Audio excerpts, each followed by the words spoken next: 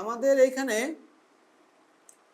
যতই এলোমেলো করে দিক আমরা এ আর বি নিয়ে কাজ করব, তাহলে হবে কি প্রত্যেক অঙ্কে একই রকম এবং প্রত্যেক অঙ্কে সি কে ভাঙতে হবে, এইরকম ঘটনা ঘটবে, আলাদা আলাদা কিছু করার দরকার নেই। আচ্ছা 1 plus cos 2 theta, 1 plus cos 2 theta, 1 plus cos 2 theta half, তাহলে 1 1 1 যোগ করলে 3 cos 2a cos 2b cos 2c,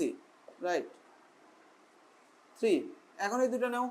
একই রকম অঙ্ক, 2 cos c plus d by 2 cos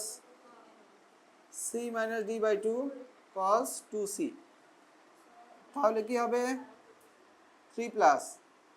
2 cos a plus b, তাই না? এটা cos কত হবে? ওই যে a plus b plus c সমান 0, পারবো না এর মাইনাস সি বসাই দিব, মাইনাস সি বসাইলে তো এর কোনো আরেক লাইন করি,